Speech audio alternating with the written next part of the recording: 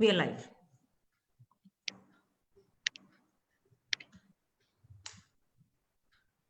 Good evening all.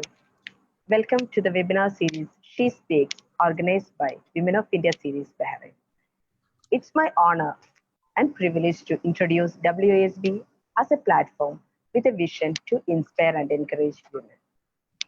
As we know, there are many women with talents and skills who do not have enough opportunity to perform.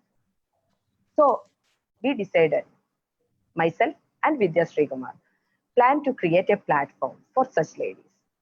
Unfortunately, due to this COVID situation, we had to restrict our workshops, and which were our primary means of gathering.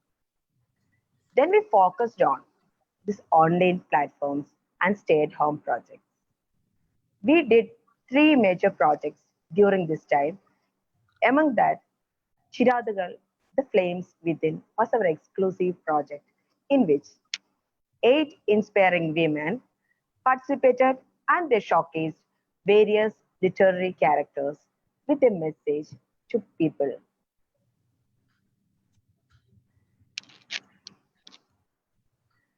And we are happy that we have announced two new projects. That is, one is our short film festival and short film competition, and other is storytelling series. And more details for these programs will be published in our Facebook page and Insta pages. This evening, we are proud to host our next project, a webinar series, She Speaks. That is, with 6 prominent women with 6 different topics in 6 weeks.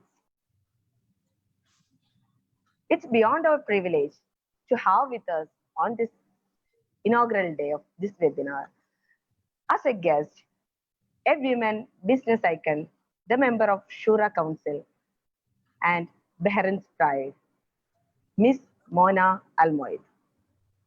Along with her, Miss Raji Unnikrishnan, senior journalist, The Gulf Daily News. Thank you, Madam Mona Almoid, for being with us. You're welcome. I hand this platform over to Miss Raji Unnikrishnan for hosting our webinar series. Once again, thank you, Madam Mona Almoid, and over to Miss Raji. You're welcome. Thank you. Thank you, Sumitra. Thank you for presenting Women of India series Bahrain. Indeed, the vision is beautiful to host a platform for those women with skills and talents, but who doesn't have a situation. Beautiful. And I'm proud and thankful to you for handing this webinar series to me. It's titled She Speaks. And well, on this very first day, I'm more than honored and privileged to have with us the woman of Bahrain. I would call her a woman of substance.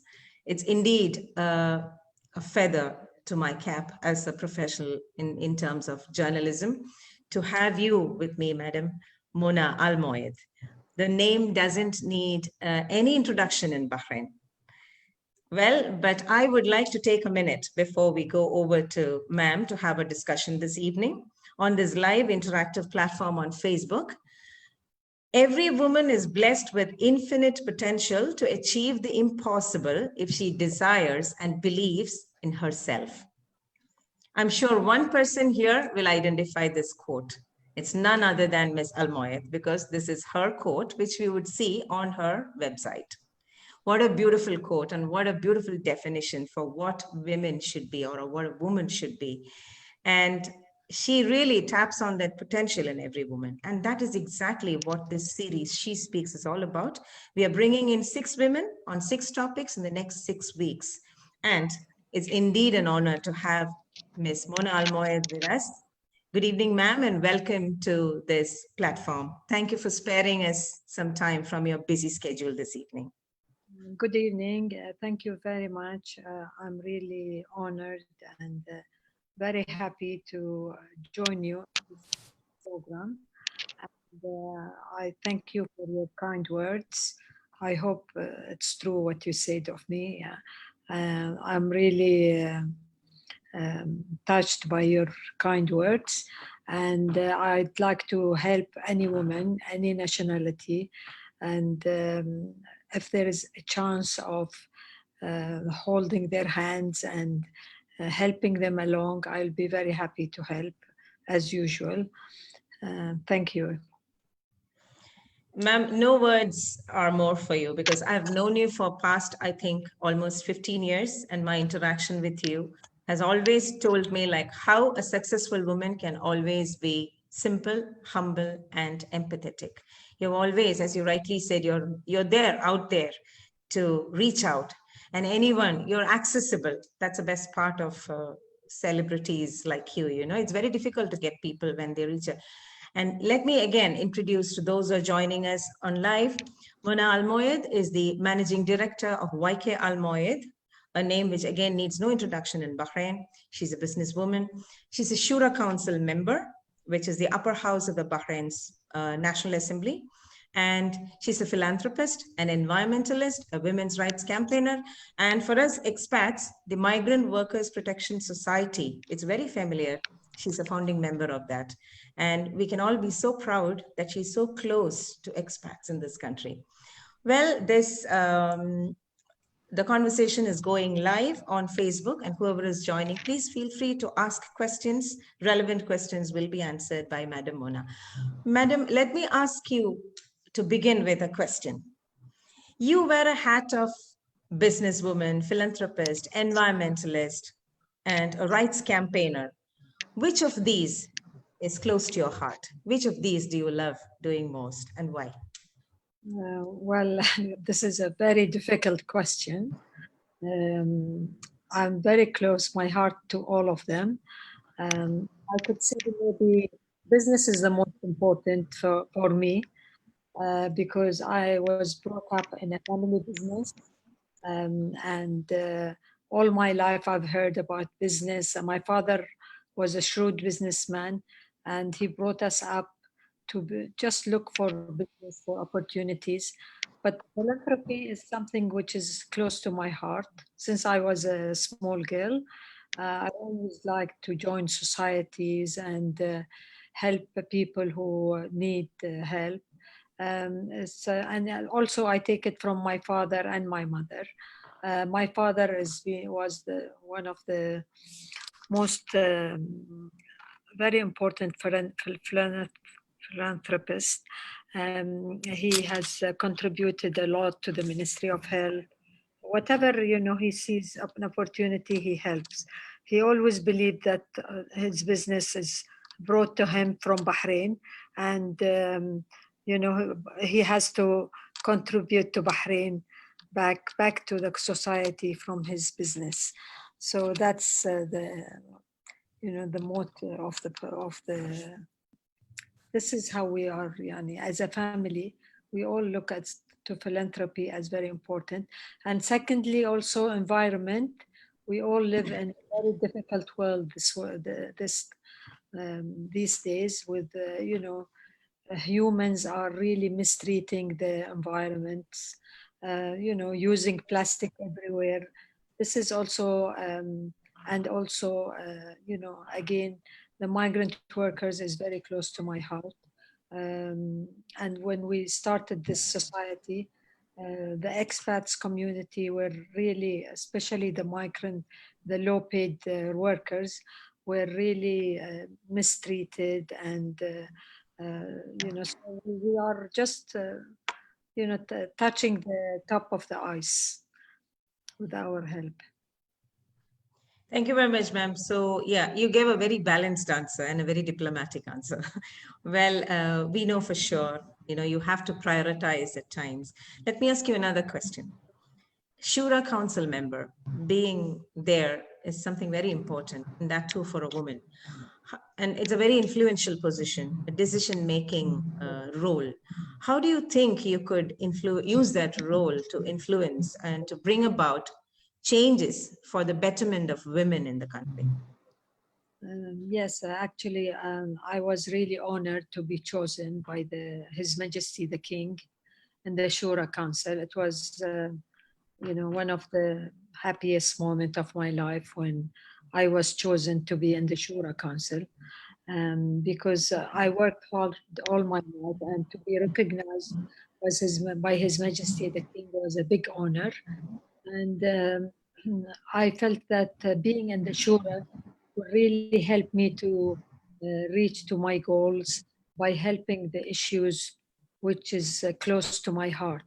First thing, women's right. I am really very close to the cause of women. I really like to look for equal opportunities for women, and especially when it comes to a woman's right to give her children nationality, or to be equal to her husband, or to be treated well by men. This is all close to my heart. And secondly, also the environment, as I said. I'm a believer in humans and protecting the environment around us. So I'm really trying to put some proposals and issues to the Shura regarding these causes. And thirdly, of course, migrant workers. I have, put many proposals also to help the migrant workers to have minimum salaries and all these things, and also protect the domestic staff, which they have no, nowadays they are much better than before, of course, but Yes. before they didn't have them hours, or they were really badly treated. So, of course, things has really improved. And of course, because of our demands, this the banning of the workers from working in during the hot summer. Hot summer months, yeah. So that was also migrant workers, one of the proposals of migrant workers. And thanks God, in the past, many workers die of sunstrokes during the working hours. And now with the, banning of working from 12 to 4, we never hear of such stories, which makes me very happy, of course. Right. Yes, since you touched upon that, the migrant worker community is indeed indebted to MWPS for all that they do towards their welfare. And especially, yes, the summer work ban is one of the major projects. It's really needed, the 4-hour midday work ban, which all the GCC countries follow. But then Bahrain has been excellent in its compliance rate. We have had, I think, 99% compliance over the years since 2007. Work ban, and MWPs had always been in the forefront, and you have been the reason behind it. Thank you very much.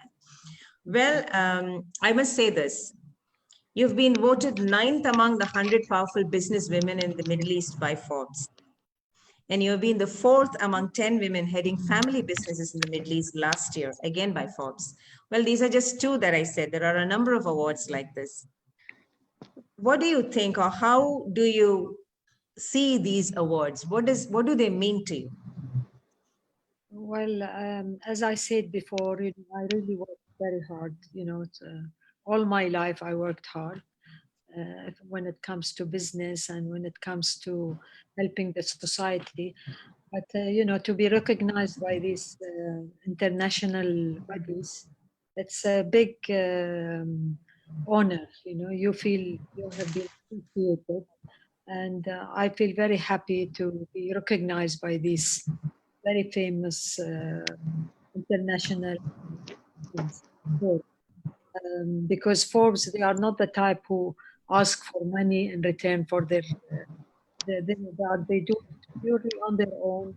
They ask you questions, they do their research, and then they do their choice without I know lots of bodies who go around and ask for money, then they will give you an award, and I don't believe in this. Whenever somebody asks for money value, I say no, sorry, I'm not joining in any of these awards. But Forbes is a pure research, and I have nothing to do with it. Yes, yes. Featuring in Forbes indeed is an honor. That's why I picked only those 2 out of the number of awards that you have. And yes, that shows your dedication, your hard work, and you've made Bahrain proud, and we're all more Bahrainis. Like, you know, people, most of us here are here at least 20 to 30 years. We are more Bahrainis. So you're indeed a pride. You're indeed a pride to all of us. We can't thank you enough for being on this platform. Well, this is a question from a friend of mine who had been asking me this question yesterday. She wanted me to ask this question to you. You are known as a successful individual, more a successful woman. Let me ask you, what does success mean to you? How do you define success? That's a very difficult question. For me, being successful is it has no money value. You could be the richest person in the world, but you don't feel successful.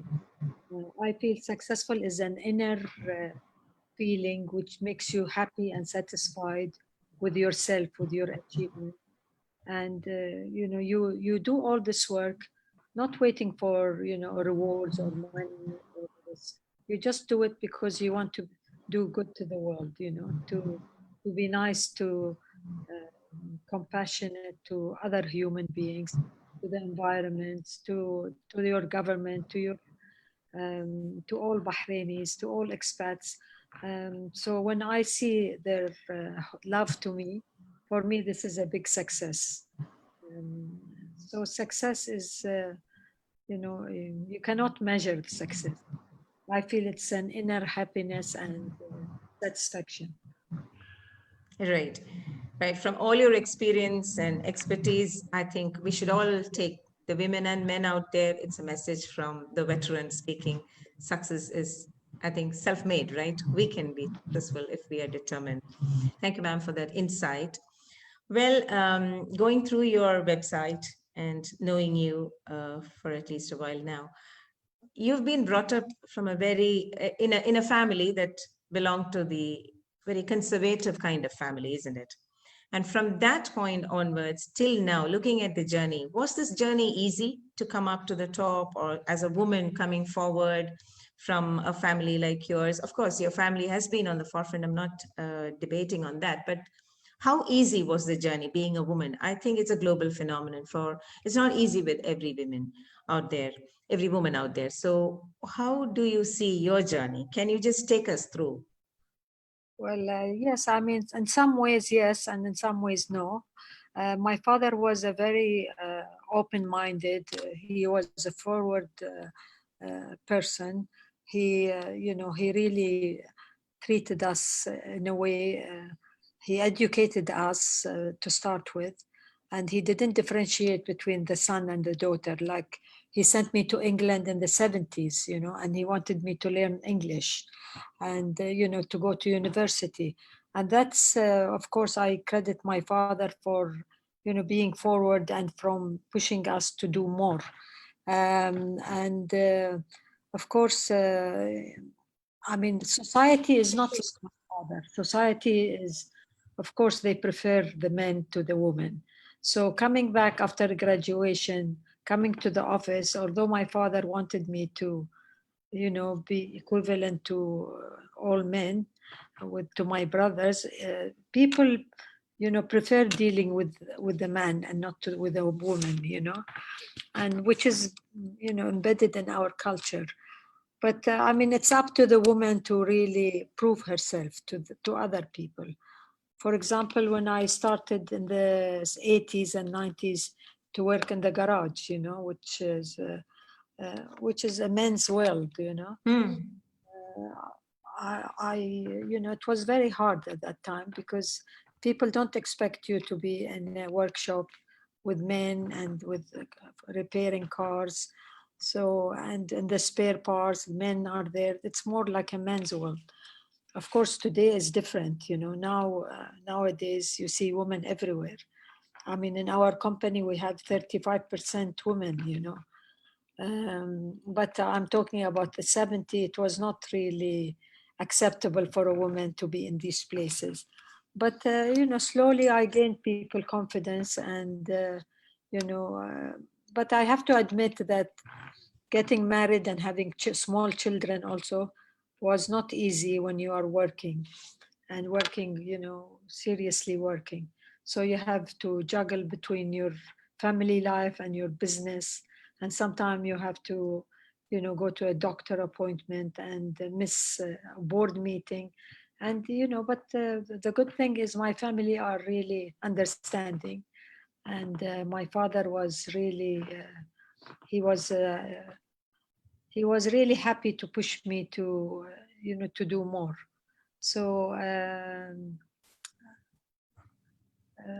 I think in a way a woman has to work double as much to reach to where men can reach easily. Yani if you are working in a company, the man easily can reach to be the chairman, while a woman has to work twice or if not 3 times to reach.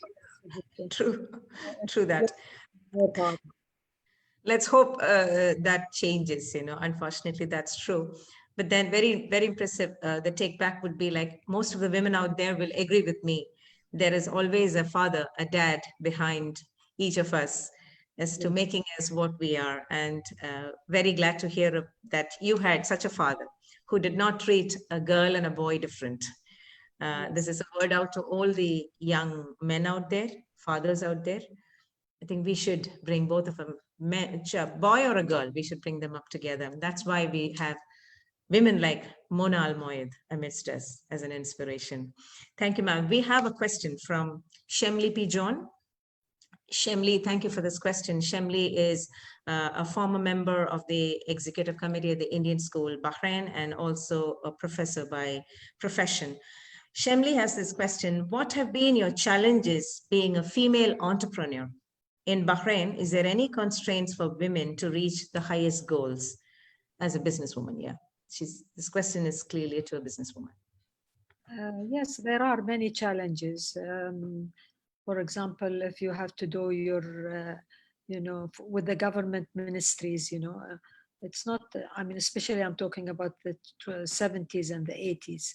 It's not acceptable for a woman to go to, ministries and in the customs and lots of places women are not, accepted in those days. And also, trying to sell, to be a salesperson. Sometimes, especially in the Eastern customs, it's not accepted for a woman to try and, be a saleswoman to men, So in those days, it was not accepted.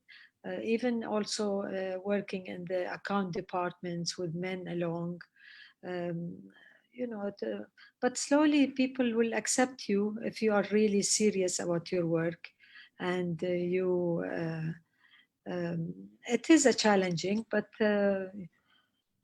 slowly people will accept you. So I hope Shemli has got her answer. Yes, we need to fight for it. That's to put it simple, we need to fight. Well, ma'am, there's another question from Anju Neeraj. What is your ultimate vision as a woman? My ultimate mission is to support other women. Of course, we all know that women go through lots of injustice in the courts in Bahrain, where, when they are married, most of the time, they are not treated well, and not equals to their husbands, and especially with children. So, I mean, there are lots of, as we know in Bahrain, there are lots of divorces and lots of, custodies of children. And, we have to really improve our systems and laws to protect women so that woman has the right to keep her children until they reach a certain age. Which is in Bahrain, we have this, I mean, we are more advanced than other Gulf states in that women's right with, So family laws is very, very important for me.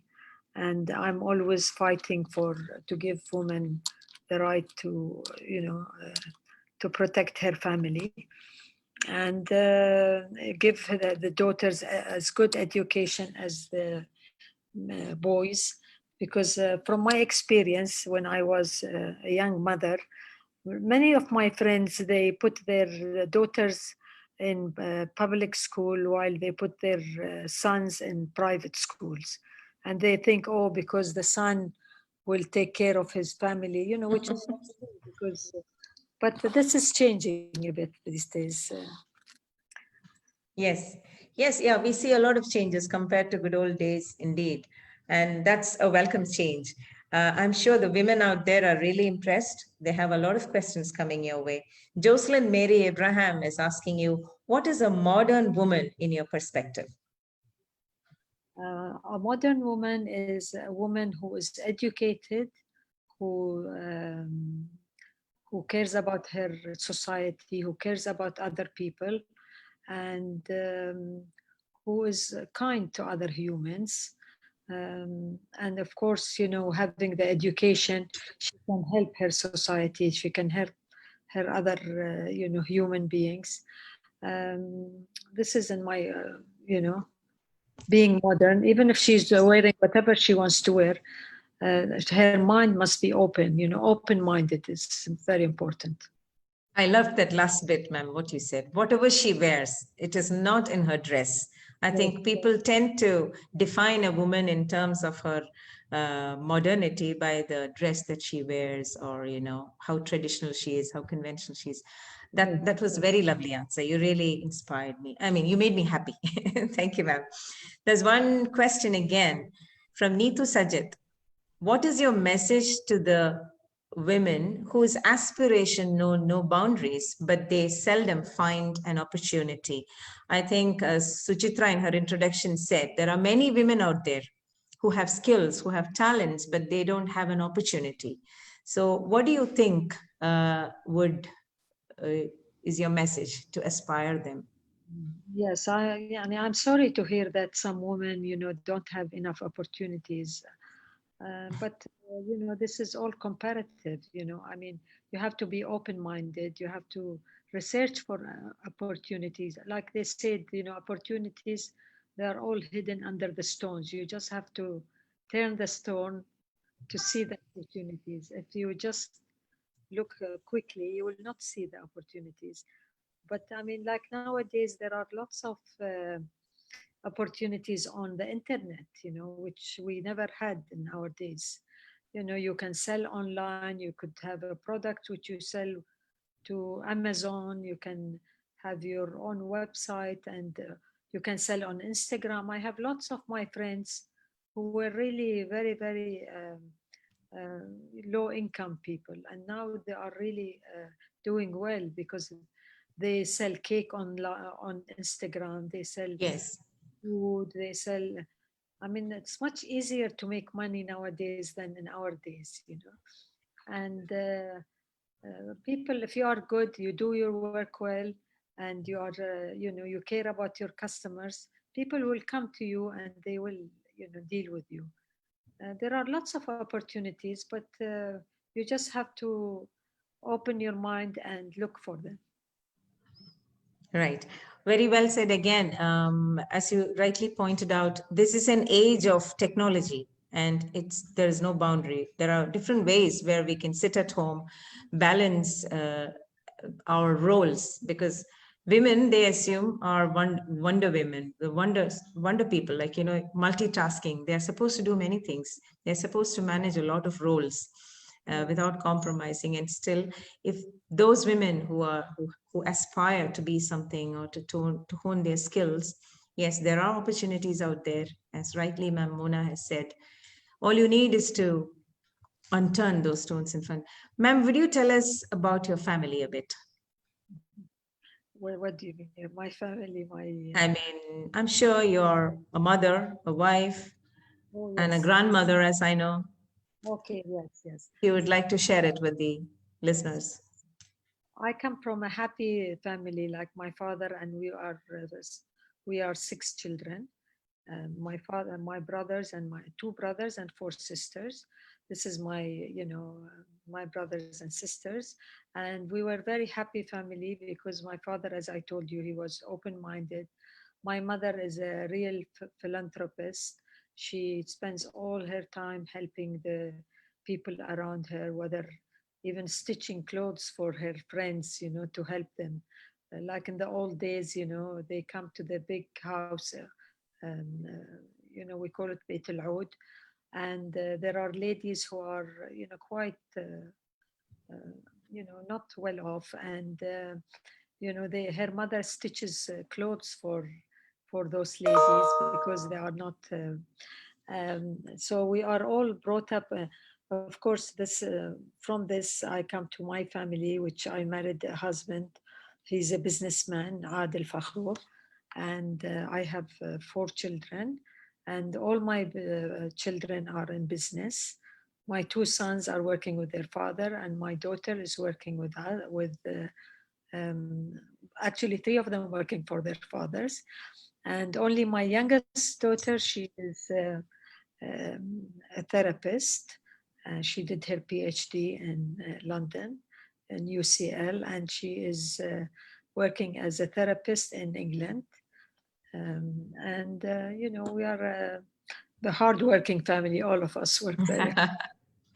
Yes, I think that runs in the family. I have the honor to tell that I know 2 of your sons, especially one, I think Mohammed Fakhru, one of the best businessmen in the BCCI I've come across, very cooperative, very elegant, and very knowledgeable. And whatever he speaks, he has a very solid view of his own. And he speaks in a very balanced way. I've had interacted with him many times. Yeah. Well, thank you, ma'am. There's one more question. How do you strike a balance as a mother, wife, grandmother, and these public profiles that you handle? Yeah, it is very challenging. Of course, when the children were small, it was much harder. And nowadays, of course, I'm busy more with the grandchildren. Okay. So I spend more time with them, and I help my children when they are busy, And it is challenging, but it's very satisfying. Also, I would like to add that something which it's been on my mind is, being in the family business. As you know, it's always the business with the family relations. So it's not easy. Even like with your sons and their father, there is always like business dealings. And also with us and our brothers and sisters, because we are all working in the same company. So it's sometimes very challenging to, when you have a disagreement, you have to come together and put the business aside and go for the family relations. So in general, family business is very challenging, whether in the small family or the big family, it's very challenging.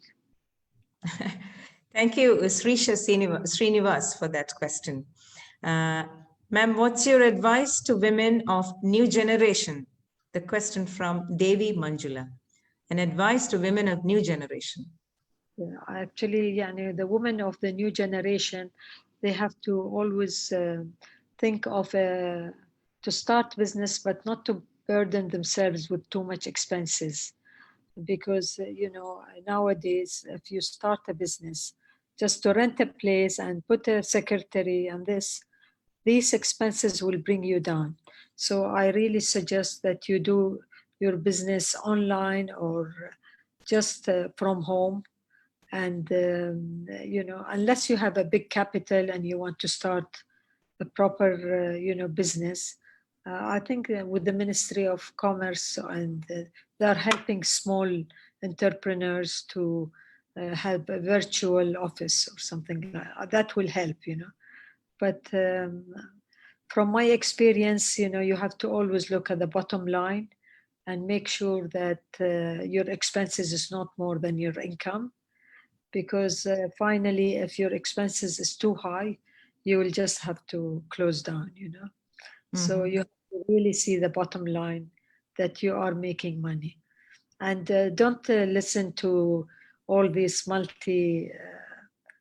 international companies, which they are losing money. And then they go and ask for venture capitalists, I mean, in Bahrain, it doesn't happen very easily, you know. Maybe it's like California, Silicon Valley. So I really believe in the old method of business, which my father started, and we are following through, is to really see your bottom line. Right. I'm sure that was a good question, Devi, and a good answer too.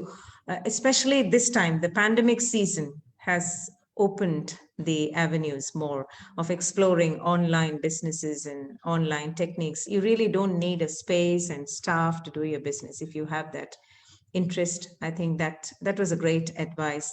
There are so many questions coming in, but ma'am, let me ask you one question from my side.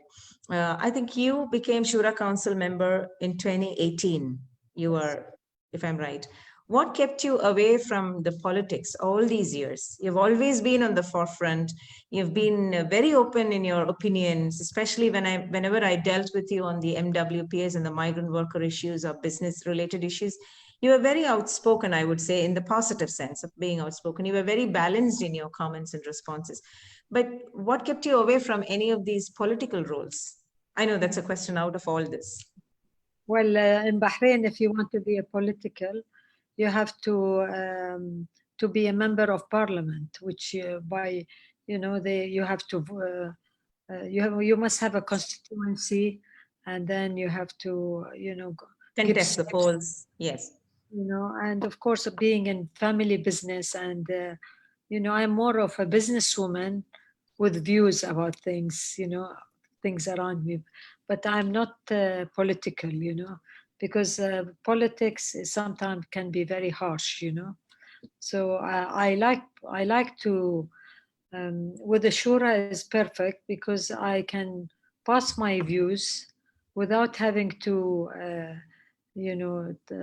be very controversial, you know what I mean, because some member of parliaments because they want to be to get their seat for the next election, they do things which are not for the benefit of Bahrain, they just do things to make the members of their constituencies happy about them, to vote for them, although in actual fact their views or their demands are very very detrimental to the economy, and we've seen many examples of that, while in the shura I think people have more experience, and we are trying to improve things. There are many issues which came to the shura and passed, and it was for the benefit of the economy.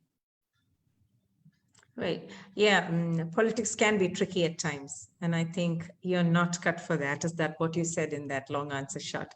Thank you, ma'am. And there is one question again from, no, it's from another person. Yeah. Sharanya Anil Kumar wants to know, very interesting question. You are a strong believer of doing business with a conscience. That's from your website.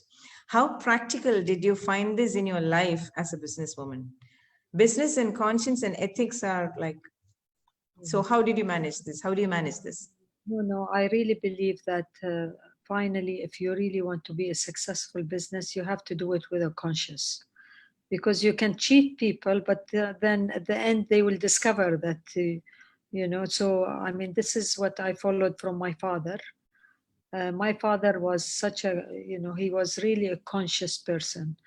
As I said, he loved his society, he loved the people, he cared about other people, and even like anybody who wants to come to his office, he lets anyone, even he didn't allow the secretary to stop people, and he never really had to sign an agreement with any company. Like if he shakes hand with his partners, and that's it, he doesn't need an agreement or so that's why my father, with his long business, I mean, he died at the age of 78 after I think he started business at the age of 19.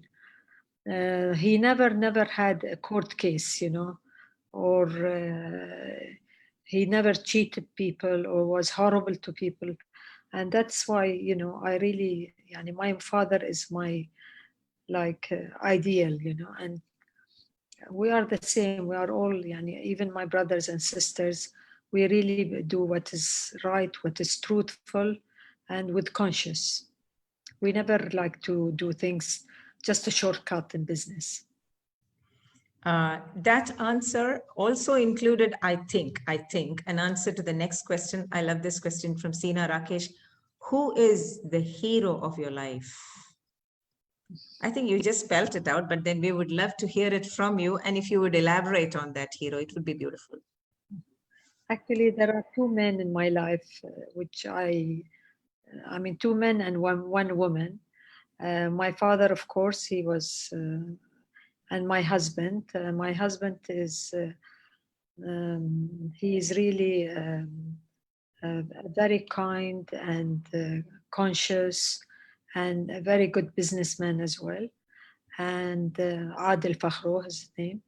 And my mother, and she's alive.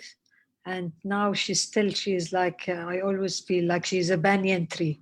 She's covering all of us and our grandchildren and her children and mashallah, we are a big tree, you know. Yes. So she's really very close to be my ideal. Right. Ma'am, I have a question from a 12-year-old. Her name is Amuda Suchitra. And I know she's texting this question all the way from India. Oh, sweet. Okay. Hi, Madam Mona Al-Moed. It's truly inspiring to listen to your success stories. It's interesting that you swam against the current to be an achiever from a very conservative society. I heard you had a supportive dad. Was he the one who was your inspirer to achieve these heights? Very clever. Thank you, Amuda. Very cute and clever. I heard that. I think she's really going to be very successful because, you know, there is somebody who's this age to think and to ask a question is really well done. Yes, I think, yeah, I mean, what she said is true. It's all my father who has inspired me, who have encouraged me. And, you know, without him, I would not have been who I am. Yes, even I felt that was a very, I'm sure she has gone through your website before asking that question. And for a 12-year-old, Amuda, that was a good question and a great compliment from Madam Mona Al-Moed. You can take it as a great compliment. Ma'am, can we just move on a bit into your activities of being an environmentalist? I think you have got an award for your garden, I believe, from the king himself, His Majesty King Hamad. Yes, actually, I'm a very fond gardener. And I take it from my mother because my mother also loves gardens since we were little. And I love to experiment with new plants, I have fruit gardens where I have like at least 12 or 13 different type of fruits, Bahraini fruits. Mango, I have oranges, and I love the garden, and it's the place where I relax and I let go of the problems. And I live with nature, you know, it really brings you close to God and to nature. And my garden won the first prize about 13 years ago. And also this year I put my garden and I won the second King's Prize. But unfortunately, because of the pandemic, they canceled the awards and they canceled the garden club, you know. So yeah, I didn't get the award. But you know, they told me, they sent me congratulations. I got the King's Cup second this year, second prize. Last time it was first. And I continue to care about the environment. And one of the issues which is really close to my heart is trying to control the plastic in Bahrain. Because, as you know, plastic in Bahrain is very, very cheap. And so we are lobbying to try and make plastic more not accessible to everybody like that, you know, because at the end of the day, some of these plastic things stays in the environment for hundreds of years. And so we are trying to, you know, convince And I think they are bringing out laws to stop the plastic which is not degradable, and only allow plastic which can be recycled. This is very important matters. And of course, I care about the beaches, everything in the environment is very close to my heart. Because Bahrain has always been in the forefront of such activities. And incidentally, today, the government has announced the second phase of the ban of plastic will be implemented on Saturday, because they finished with the first phase, which is the bags, the plastic bags, and second phase is plastic table covers. And as you rightly said, contributing to the environment. Apparently, the Askar landfill is the majority, the biggest percentage of Askar landfill is filled with plastic bags. And that's very sad. And today, when I happened to view that conference, I could see a picture which was really sad, which shows a fish in the ocean stuck inside plastic nets. So that's very sad. And yes, we need people like you to fight for these things. And we are glad that we have people like you in the forefront fighting for such. For example, in England, in London, when you go to the supermarket, you pay like very little amount of money, 5 cents, I think, for the plastic bag. And this money, they add it up and they clean the environment. So people don't mind paying for, few felt. So what we did, like we take our own plastic bag, or we take our cloth instead of plastic bag. And this really helped a lot the environment in London. So I wish we could do the same here in Bahrain.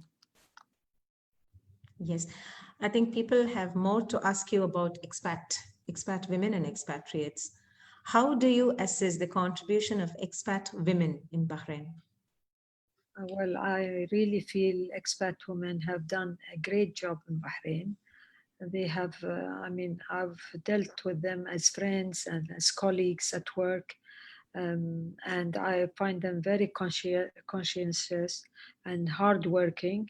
You have these Indian Women Association, SNEHA, and they help the children who are, with difficulties, learning difficulties. And also in the migrant workers, Marita Dias was our, chairperson after me. And she did a great job for the whole of Bahrain. I find that they are very conscientious and they work very hard and they really care about the country. It's like their own country. And, I have very good experience with Indian expats women. Right. Thank you, Mridula Vivek, for that question, to which Madam Mona responded. Since you spoke about Indian Ladies Association and SNEHA, we have a question from the ILA president, Reena Sridhar. In what ways do you think a woman can uplift or empower another woman? And what is your advice to young women who aspire to make it big in today's corporate world? Yeah, I think any woman can help other women just by leading the way for them, just by giving them the confidence. What is success? Success is when you feel good about yourself, you can do things which are good. And just a kind word from somebody, like whether it's your boss or this, just takes you, it leads the way for you. When you feel good about yourself, you will do good things, and I really feel it's all in the mind, if this young girl from India, because she opens her eyes and she sees things and she listens, this will really bring her intelligence to be successful. And we are all like, I always tell my children, if you don't open your eyes and look for opportunities, you will not succeed, So they are all, they listen to people, they listen to it, go to, and especially online now, there are so many lectures and on YouTube's. YouTube's in itself is a university. You can learn so many things from YouTube.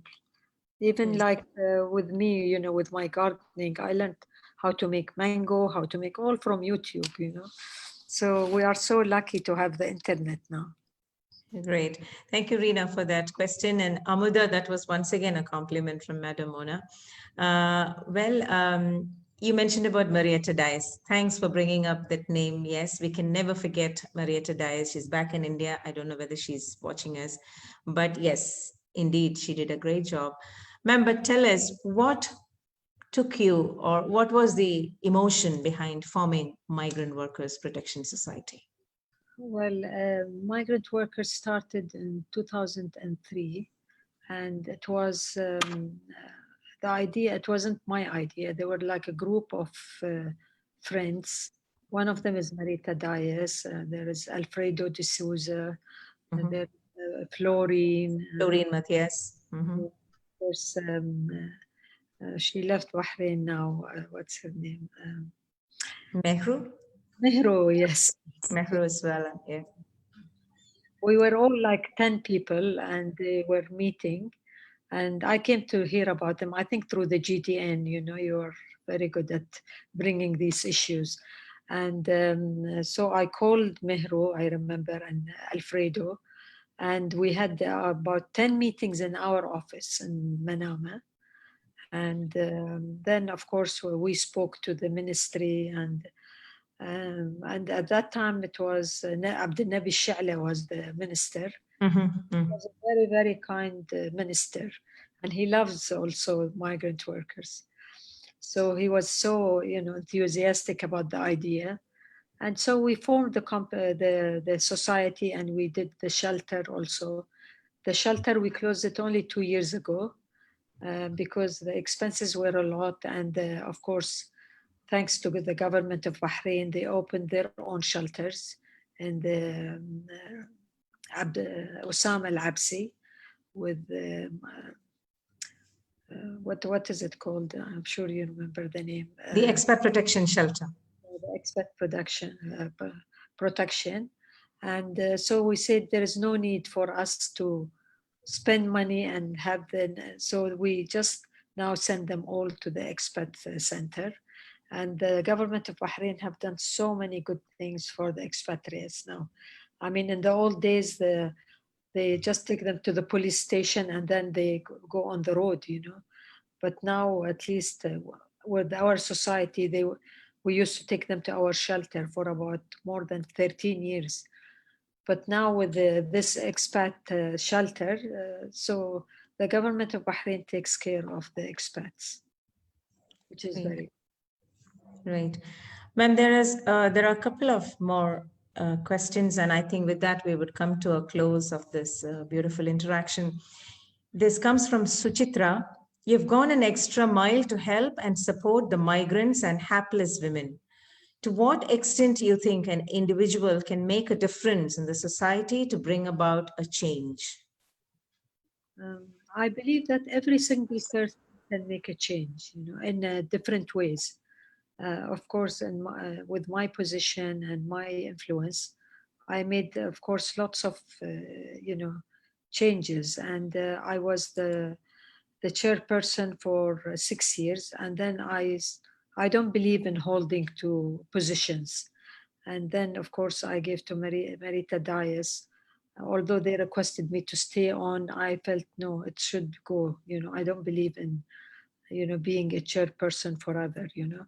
Anyway, I still remember that made headlines, that Marietta Dias taking over from Mona Almoed was a headline in the newspapers. But they were kind enough to offer me the honorary chairman. Yes. And now I'm working with them. Like we went to see ministers. Sometimes we made an appointment to go and see Osama Al-Absi. Being a member of the Shura, of course, I can meet any official, you know, and of course we raise money for the society.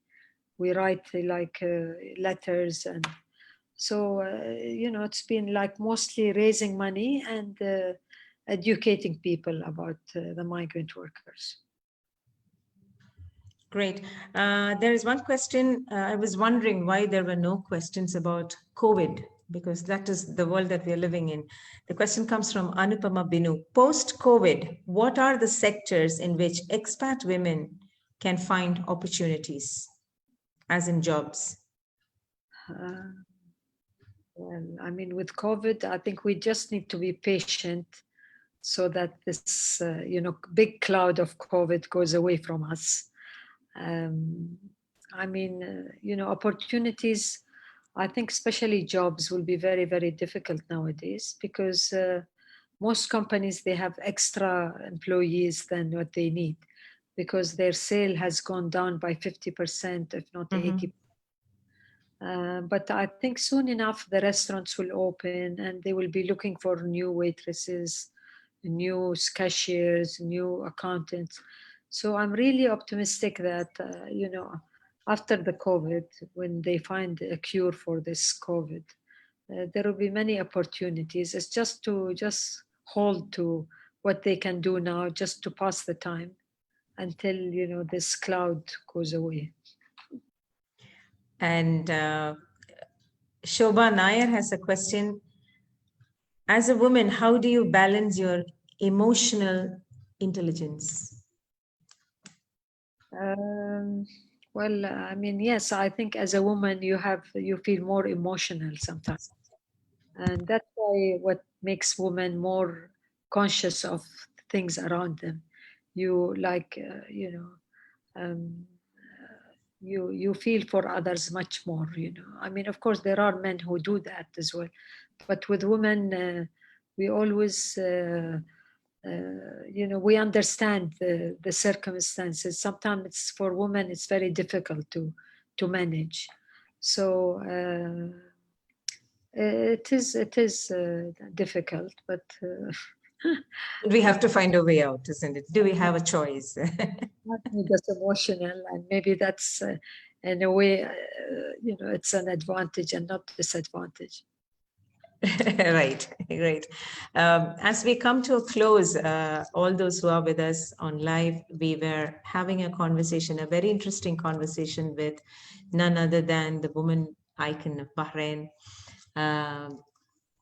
Mona Al Moed. Well, I have, before we close, let me ask one question from my side. I wanted to ask, who is a woman's best companion and her worst, in your opinion? Her best companion, if she finds a good husband, I think he's the best companion. He's If not? If not, when she can find a friend or, family member or Okay. somebody close to tell him what I find now with me, because I'm very close with my husband, we are discussing all the time, even what happens in business, and I take his opinion, he takes my opinion. And if we don't have a good husband, or you are not close to your husband, then you have to look for a friend, because humans, they need companions. And her worst enemy? Her worst enemy. I think her worst enemy would be a person who would waste her time, like just on negative things. I mean, for me, being a negative person is really the worst thing. You have to be optimistic and happy, and being negative is the worst enemy, I think. So women out there, stay out from negativity, choose a good companion. Let it be your husband or your father. They would be the best. And if not, find a right companion. Ma'am, what are your hobbies? I love photography. I love gardening. I love swimming. Almost every day I swim. And, I spend time in the garden. And I read a lot. And yeah, of course, if I have the time, I do. Yes, that was Mona Almoyed speaking to us. Ma'am, one concluding word. What is your message to this platform, Women of India Series Bahrain? My message is I would like to thank them for, meeting me and bringing me out on the internet. And I really wish them the best of luck. And I feel that they will all be very successful if they work hard, if they, they care about the people around them. They care about their environment. They care about people who are less fortunate than them. And, you know, I really, I'm very happy to be with them. Thank you very much, ma'am. That was a beautiful interaction. Thank you for sparing 1 full hour with us this evening. Thank you for all those people who joined this live on Facebook with Women of India series, on the webinar series, She Speaks. And let us meet next Tuesday with yet another brilliant woman on yet another woman topic. Once again, thank you, Madam Mona Almoyed, for this time. And it's good night from all of us. I Yes, would like ma'am. all the ladies who have who put their questions and for listening to us. And thank you all also for you and for the whole program. Thank you. If I may take the liberty to ask you, which question would you pick the best from all that we heard? If you can recollect on the top of your head. I think the question about, women and how they have to fight to be successful, I feel it just give them the stamina to work hard and yeah. Thank you once again, ma'am. All the questions were good. Thank you. Thank you so much. You have a good night, and it's good night from all of us. Thank you. Thank you.